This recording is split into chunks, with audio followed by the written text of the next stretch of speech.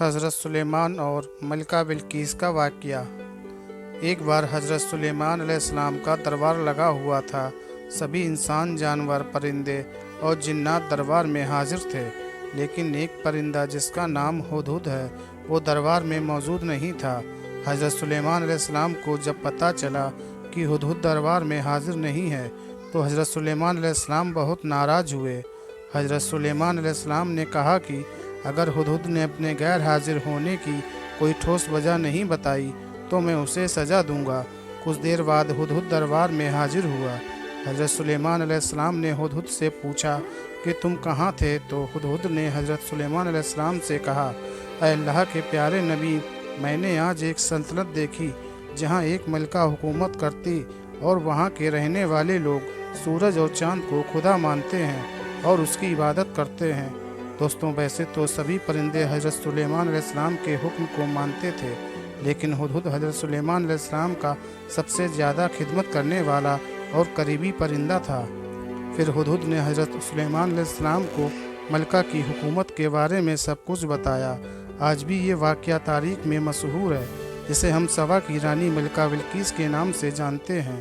ہدہد نے بتایا کہ ملکہ بلقیس ایک بہت بڑے تخت پر بیٹھ کر اپنی حکومت چلاتی ہے اور جو کچھ ایک بادشاہ کے پاس ہونا چاہیے وہ سب کچھ اس کے پاس ہے، لیکن وہ اس کی قوم چاند، سورج اور ستاروں کی عبادت کرتے ہیں اور اسے اپنا خدا مانتے ہیں۔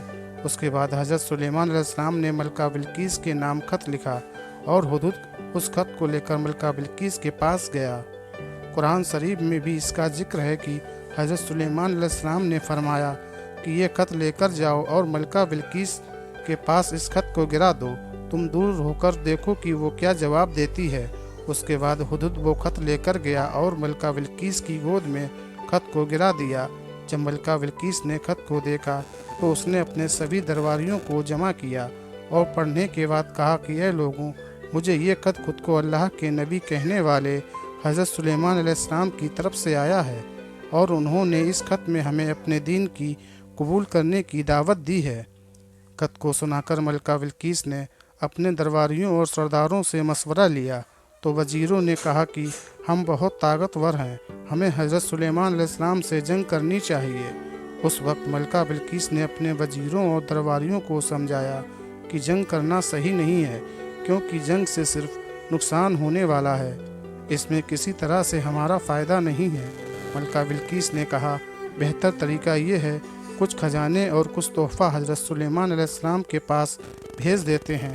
اگر وہ سچ میں اللہ کے نبی ہیں تو ہمارے اس تحفے کو قبول نہیں کریں گے اور ہم لوگوں کو اپنے دین میں پھر سے داخل ہونے کے لیے کہیں گے، اور اگر وہ صرف بادشاہ ہوں گے تو ہمارے تحفے کو قبول کر کے ہم سے دوبارہ اللہ پر ایمان لانے کے لیے نہیں کہیں گے۔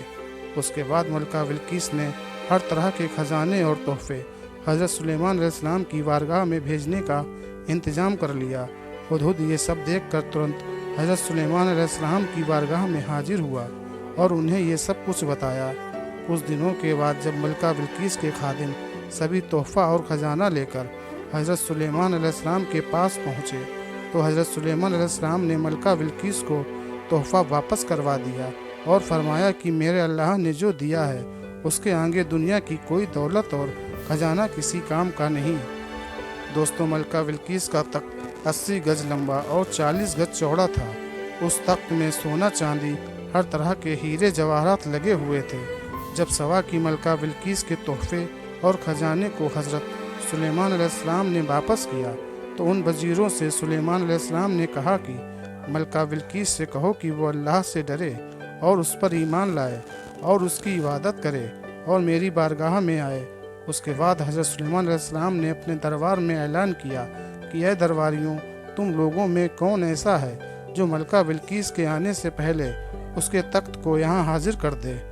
دربار میں سے ایک بڑا جن بولا، حضور، اس تخت کو میں آپ کی بارگاہ میں دربار ختم ہونے سے پہلے حاضر کر دوں گا، میرے پاس وہ قابلیت ہے۔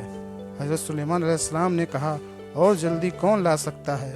یہ سن کر حضرت سلیمان علیہ السلام کے وزیر، جن کا نام آصف تھا، وہ اللہ کے بہت بڑے ولی بھی تھے، انہوں نے حضرت سلیمان علیہ السلام سے کہا، حضور، میں ملکہ بلقیس کے تخت کو پلک جھپکنے سے پہلے حاضر کر سکتا ہوں۔